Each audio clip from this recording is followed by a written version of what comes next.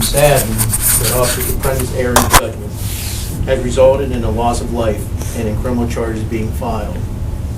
The City of Williamsport trains all of its officers to take appropriate law enforcement action while minimizing any risk to public safety. As a department, we will be taking appropriate steps to ensure that a tragedy such as this is never repeated and that any appropriate discipline is instituted before or after completion of the city's investigation. Thank you. Any questions? Yes. What is Officer DePrenda's status on the police department right now? As of today, Officer DePrenda's status is suspended with pay after consulting with our city attorney. May I touch upon that for just a second? Figured this question was going to come about. Am I happy that we have to pay somebody under this circumstance? No, I'm not. But laws are laws, and we have received legal counsel that we must pay this individual during this time. There will be a thorough investigation from this police department, and you will hear shortly in regards to that investigation.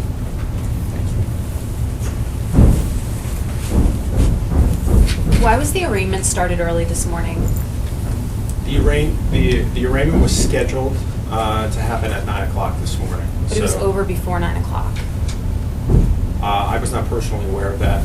We had scheduled it for 9 a.m. It's certainly possible that if Officer DePrenda had arrived earlier and the District Justice was available to handle it, that he was able to handle it at that time. Is that standard protocol? If the person being charged arrives early, you proceed to hold it earlier? If the District Justice is available to handle it earlier, then it's certainly at his discretion to handle it when he's available. And it sounds like that Mr. Page was available to handle it, and Mr. DePrenda was available, and so he was able to do it early. It was said that police officers in Lycoming County are operating differently now because of the actions of Officer DePrenda. How so?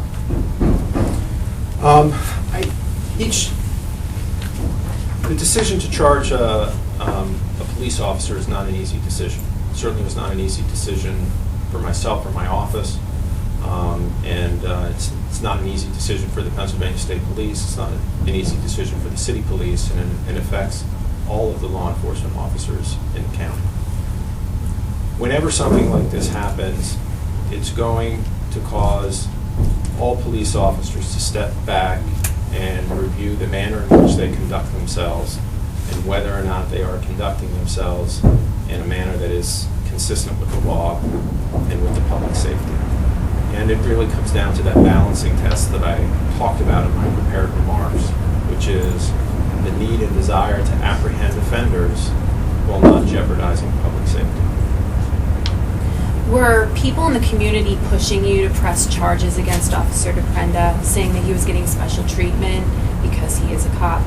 No, I received no such pressure or no such remarks. And had I would not have given them any anyway. Yes?